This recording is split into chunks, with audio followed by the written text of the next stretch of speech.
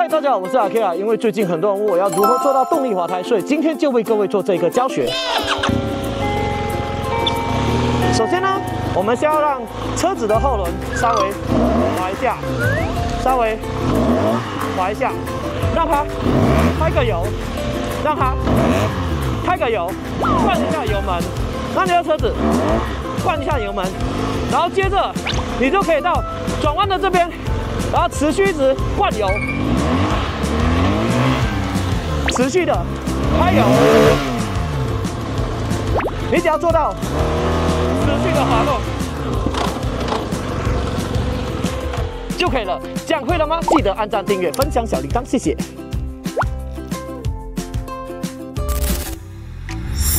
剛那一段莫名其妙的片段純屬惡搞，現在就開始認真來分享關於 ACRS 越野課中我所收穫的一些 know-how。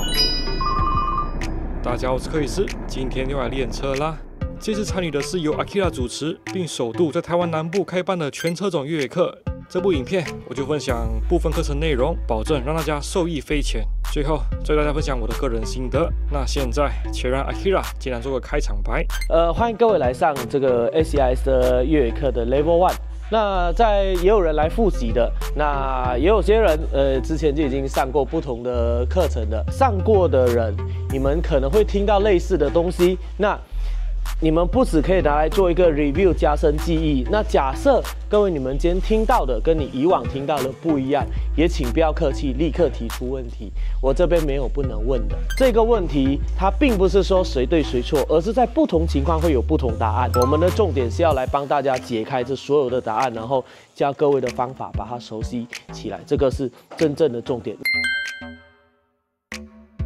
在 ACRS 越野課裡面有一個不一樣的地方，我們都稱全車種越野課。各位知道為什麼我會特別強調這個字眼嗎？因為在課程裡面，很多時候車是一個门檻，甚至北部他們也曾經有那種你不是紅牌車不准來上寒假。所以當初我在開越野課，很多人說教練我沒有越野車，或者是我的車不是什麼 enduro bike 那種，我怎麼辦？我要怎麼樣來學？或者是算了，我買車再來學那種情況，所以造成很可惜，很多人應該提早就要學會的觀念，而不是靠摔車去累積的觀念。其實要玩越野，不是限制車種，是限制你的能力，把自己的能力練起來。說真的，什麼車種你都可以玩。現實面一句話。一台車子隨便買都是十幾萬，也不是幾千塊，你買錯就完蛋。所以我不希望有人急着亂買了，然後買錯了就頭痛了。我的課程全面3個字的全車種，真正意義是我希望把門檻降低，不要讓大家想太多，這是 ACRS 課程的一個特點。Jack Miller 在澳洲，他家後院就是越野場，就算是 MM93，他平常練什麼？練越野滑胎。Rossi 平常練什麼？越野滑胎。Brad Binder 平常練什麼？越野滑胎。今天坐在這裡的不是要讓你來嫌汽車，是要讓你提升自己的能力，知道怎麼去操控每一台車。因為大家記住一件事情，上課時所學到的能力是跟在你的身上的，不是跟在車，是跟在你身上。你把學到的能力好好練，等到你換車時，那個能力會跟着你跑。這個在無數的國外車手身上都驗證了，在我身上也驗證了。這 Level 1課程的起手階段是靜態課程，除了 Akira 的越野教學理念，課程也系統性的說明了各類越野人身部品在實際騎乘中的功能與設計邏輯，從安全帽、車靴到護甲與防護裝備。其中最讓我印象深刻的是過去常被我忽略的無護具設計的越野手套。為什麼越野手套沒有護具？靈活 ，good。各位，你們在騎公路上，你的手指絕對不會一直掉离合器。對不對？甚至有快牌的都沒掉過，但我們在越野的騎乘裡面，我們的手一直在動，甚至油門跟剎車都是要很細膩的操控。所以這個時候，你只要這邊有護具，有沒有發現？對，這些手的操作會比道路上更多。所以它只要有一個護具在這裡，你的手指會卡住，會不順。對，而且最恐怖一件事情，當我們在摔的時候，這裡有護具，在賽道裡是安全保護你，在越野裡這個護具會插進你的肉裡面。不要懷疑，嘿，不要問我為什麼知道。當然，每個人的騎乘需求與使用習慣都不一樣，裝備也不存在所謂的絕對正確答案。如果有機會透過課程與 Akira 實際討論，並釐清個人需求，我相信你將會更加清楚自己真正的需求是什麼。靜態課程的最後 ，Akira 把焦點拉回車子本身，帶大家從結構與配置的角度出發，深入理解一台所謂越野取向的摩托車是如何因越野環境在土路操控的需求之下被設計出來的。從車架結構、輪框尺寸到把手、油箱、坐墊與腳踏位置等細節，都被完整的拆解說明了一遍。其中，我認為最重要的，也是跟荷包最直接有感的重點，就是磨速度相对最快的輪胎。我是該選擇使用壽命短，但在土路上更具侵略性的越野胎，還是使用壽命較長，但需要在土路表現上做出妥協的多功能胎？道路的輪胎抓地力靠膠質，越野的輪胎抓地力靠幾何圖形。把這句話背下來。柏油路的抓地力靠膠質，土路的抓地力靠幾何圖形。我們凸出來的地方叫陸地，凹下去的地方叫海。海陸比，陸地多還是海多？凸出來的陸地多，就是越趨向於道路使用。當凹下去海的部分越多，代表越這樣子的越幾何圖形。當它的海的比例越高的時候，代表它越趨向於越野性能。那很多人在選輪胎上，其實也會有頭痛嘛。你们有沒有這個疑問？我下一條輪胎到底該買什麼，對不對？其實很多時候看你的使用比例。對，通常我這樣講，在台灣來講，通常我們選陸地比較多的都沒有關係，不管是普益司通 AX41、倍耐力的什麼石扣片 STR 那一類型的，都 OK。所以我還是回到這個重點，把你的自身騎乘能力提升的時候，你不會去整天怪輪胎怪車。總之呢，這段重點不是告訴你哪一車最好，而是讓你開始判斷你現在所騎的這台車適合怎麼樣的越野環境。動態課程的第一項是歸零熱身，這個項目就是輪流放開騎士與車子的連接，像是手啊、腳啊、屁股之類的，有點就是做瑜伽的概念。其背後目的就由 Akira 為大家解析。為什麼會有這個歸零動作？因為我們在騎乘的時候，我們常常會很多不好的習慣，例如左手太用力，右手太用力，左腳右腳什麼這一類的，對不對？但是我們沒有感覺，為什麼？因為我們跟車子的接觸啊非常多。1點、2點、3點、4點，屁股5點、6點、7點，有7個點接在車上。所以，假設我們的騎車姿勢不正確、過度用力，你是沒有感覺的。那歸零練習就是透過慢慢把你的點放掉，放掉1個點，放掉1個點，放掉2個點，放掉3個點，對，然後甚至放上來，然後這個再拉起來，就是把很多點都放掉。透過這種把你每一個點放掉時，來尋找你身上有哪個地方不當施力。假如你把某個點放掉，你會覺得車很難騎，代表一件事情，你平常這個地方過度施力。所以為什麼這叫歸零練習？就是透過每一個慢慢點釋放掉，讓你知道你的身體到底哪裡施力不對，然後借以修正。所以歸零練習呢，它不只是熱身項目，我們有時候在出去騎的時候，我就要覺得啊，身體好像不太對，我們自己也會在安全的地方站起來，手搖一搖，腳抖一抖，放鬆一下，再坐下來，可以把你的疲勞或者是不對的姿勢重新歸零起來。所以這個動作是非常的重要的。對，這樣卡住，對不對？然後好，我再做第2次哦。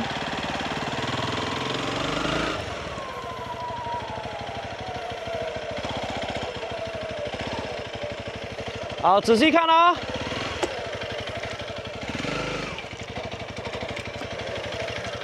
對，有沒有看到車子斜一點？其實歸零練習它也很考驗你對車輛的靜態平衡與動態平衡與你身體的動作。這個東西，當你練到很熟的時候，你騎乘時就可以做到這些東西。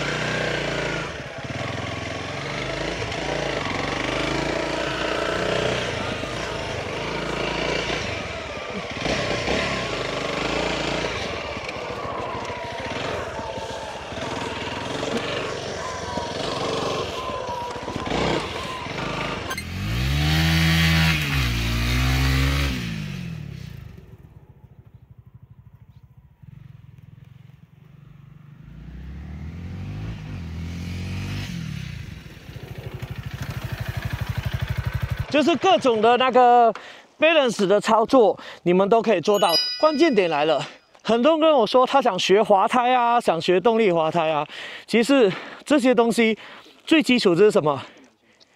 平衡。對，所以平衡沒有學好，你這個做不出來。對，所以變成很多時候，不是講說啊這個不能做，是你基礎要夠穩，你基礎夠穩時，這個動作就做得出來。我們站起來時，記得剛才講的越野騎姿，但這個時候你的腳要稍微靠着車子，對，稍微靠着車子 balance 住它。那這個時候重心稍微往前一點點，你們待會都可以實驗看看，重心往後，重心平常，重心往前，你去感受有什麼差異。基本上在這種平 balance 的情況下，重心往前，你的車是會比較穩的，知道為什麼嗎？前輪壓，為什麼壓前輪會比較穩？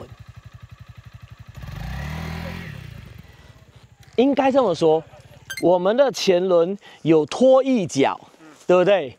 對，你這轉向的時候，頭這樣轉，它的着地的點會左右移動，這個左右移動會造成重心的左右偏，所以我們的 balance 其實就是靠前輪來 balance 它。所以當你身體往前靠的時候，你前輪移動的那個重心轉移量會比你往後靠時大很多。所以這就是不管從鞍架到越野中，我們的 balance 一律把重心稍微往前，這樣靠時你的那個平穩度才會比較高，這個就是小技巧所在，教給各位。平衡就是一切，我想這都是 Level 1課程的總結陳詞。以我自己過往參與各類課程的經驗來看 ，BNIB 的初階訓練着重在安全與慢速穩定 ，KTM 則傾向先建立全動力感受，再反推回去學會修正。這兩大場的課程特色，其實都很直接反映了各自品牌精神與特定車系的操控個性。而 ACRS 的全車種初階越野課程，沒有凸顯出任何特定風格，也看不到特定車款的影子，而是單純回到所有騎車動作的最起點，就是我剛提到的平衡。以平衡作為根本基礎 ，IKEA 透過3組不同設計的擺矩陣法，逐一抓出學員在騎乘時的短板，包含騎姿、視線運用以及身體重心與車輛之間的協調關係，讓學員清楚自己到底哪裡失去了平衡，又該如何把它找回來。其實我個人在這個環節中最大的收穫可以分成2個部分。第一個是這一次其中一組擺矩陣法，概念上有點像是放大版的 GA 經典關卡 Garage， 但因為空間被拉大，容錯率也相對提高，讓我可以在不急着嚴循極致精準操控的情況下，慢慢去嘗試，一次一次的收緊入彎角度以轉向節奏。老實說，這組練習辦法對我的幫助非常大，也讓我接受了 G3GS 更緊湊的回轉半徑。第二個則是車輛的設定本身。Akira 透過我多次在慢速繞錐時的表現與細節，觀察了我站直騎乘與轉向時的受力狀況，並給出了我把手和拉桿角度微調的建議。我想這是實際親身參與課程的最大意義，不單只是學習如何騎車，而是有人能陪你一起找出能被修正並加以改善的問題。這就是 Akira 首度在南部開辦越野課程。很幸運的是，這次選場地同時兼具土路實戰的條件。於是，在課程的尾聲，我們便進入了土路環境，進行不同於場地練習的實戰內容。除了上下坡技巧以及油門與剎車操控邏輯之外，還有一個我個人認為非常重要，也是新手在實際遇到時最容易犯錯的情境——上坡脫困。不少新手在上坡時，因為臨時停車或意外熄火，往往會下意識的全拉離合器，結果反而讓車輛瞬間失去控制，人車一起往後滑落，是非常危險的情況。也正因為如此，在那麼多內容課程之中，我特別選擇把這個項目放進影片裡，希望讓大家理解在上坡卡關時該如何穩定住車輛，並一步一步安全地完成脫困。但在那之前，先讓大家了解一個基礎技巧，大家可以參考，那就是下坡靠前剎，上坡靠後剎。OK， 現在就進入上坡脫困的環節。到上坡踩下後剎車，然後記住第一件事，你的身體要靠前面哦，因為這個坡沒那麼斜，再斜一點你不靠前面會整個往後翻，所以這就是斜坡的緊急停止。好險你成功停下來了，接下來要怎麼做？開始背步驟哦。第一個步驟，確認環境安全，後面沒有人，前面後面都沒事。第二個步驟，慢慢鬆開後剎車，後剎車慢慢鬆開。然後第三個步驟，腳左右踩一踩，確認你的着力點。3個步驟都做完之後，怎麼脫困呢？用離合器抓放，对，不要這樣抓着不放哦，這丟丟，然後不要連續的丟丢丢丢丢丢丢丢。每抓放完一次，你要確定你的車輛是完全靜止之後，再抓下一次 ，OK？ 身體一樣靠前哦，然後抓放，對，就像這樣抓放，不要急哦，真的不要急，你一定要等車穩了抓放，抓放。有沒有聽到引擎聲？哇一聲，對，所以更斜的坡有時候它哇，所以你的抓放不可以連續抓，对，抓放，還在斜坡，好，抓放下來，好，下到這邊是不是後輪在平地，前輪在斜坡？這個時候車輛最高，你腳會有點踩不到東西。這個時候呢，稍微抓一抓之後，腳往一邊踩，穩定住它，確認後面乾淨。龍頭打到底，一口氣把離合器抓到底之後，退出來，丟離合器，對，你就這樣子就可以脫困離開了。回顧這次 Level 1的越野課程，無論是靜態的觀念建立，還是實際進入土路後的操作練習，對我來說，這堂課最大的收穫不是學會了多少高難度的技巧，而是重新檢視繫在平衡、視線、騎姿這些最基本卻也是最關鍵的地方，到底做对了沒有？而這一次一直所強調的平衡，其實不只是車子本身穩不穩，騎士本身重量，通常是 ADV 車重的1/3，甚至是1/2，所以騎姿的影響其實非常的直接。也因此，透過正確的騎姿，騎士在站姿、轉向或加速減速，甚至快障礙時，重心的前後與左右轉移，都會直接影響車輛在土路上的動態平衡表現。很多時候不是車不穩，而是人的重量、重心還沒有放在对的位置上。說到這，還想再補充一點，就是我自己其實也不是什麼選手，也只是單純希望能在土路玩得盡興，同時能安全回家。其實學習方法有很多種，都值得親自去嘗試。所以重點或許不在於哪種方法才是唯一的正確，而是在過程中找到最適合自己的方式。現在就由現場最資深的 ADV 玩家王大哥簡單分享一些心得。在這邊感謝所有教導過我的前輩跟教練。每一個教練都有他不同的優點跟他不同的觀點。我覺得真的是不挑車是挑人啊，所以今天這個課程，我覺得重點在於如何克服自己，跟如何精進自己。所以這個是今天 Akira 教練給我們最大的一個提示。感謝王大哥的誠心分享。現在就由 SCI 教練 Akira 做個結尾吧。因為這次來上課的其實很多都已經上到 L2了，但是他們還願意再來修，然後在修的 L1的過程，他們還能夠理解到新的東西。我覺得這個是一般騎士學院裡面也是很難得的。那我們雖然說全車種越野課主要是不要設立門檻，讓你覺得你很難來學習，但是當然啦，我也這麼說，最好就是比較至少是街車道偏向越野那一塊。通常像速可達、仿賽那一種，你還是可以學，但是會稍微比較有些局限。例如我們在跳動的路面等等那些，會稍微比較可惜一點點。主要是那種車子你在跳動震動的時候，他們的吸收震動的能力比較弱，所以也會比較傷到車子的主體本身，那個也都是成本所在。騎乘的學習它是有一套系統的。就這套系統裡面，就像大學裡面可以把你的基礎功打穩，因為台灣的車手對國外來說，真的每個國外車手都說台灣的基礎功不夠。那到底什麼是基礎功？其實很多人不知道，就是這些原本可能大多數人覺得說太簡單的東西，但是真正叫自己下來做的時候，你會發現原來真的簡單易懂，但是難精。所以才需要做完整的訓練，然後每一個訓練都是層層卡關的。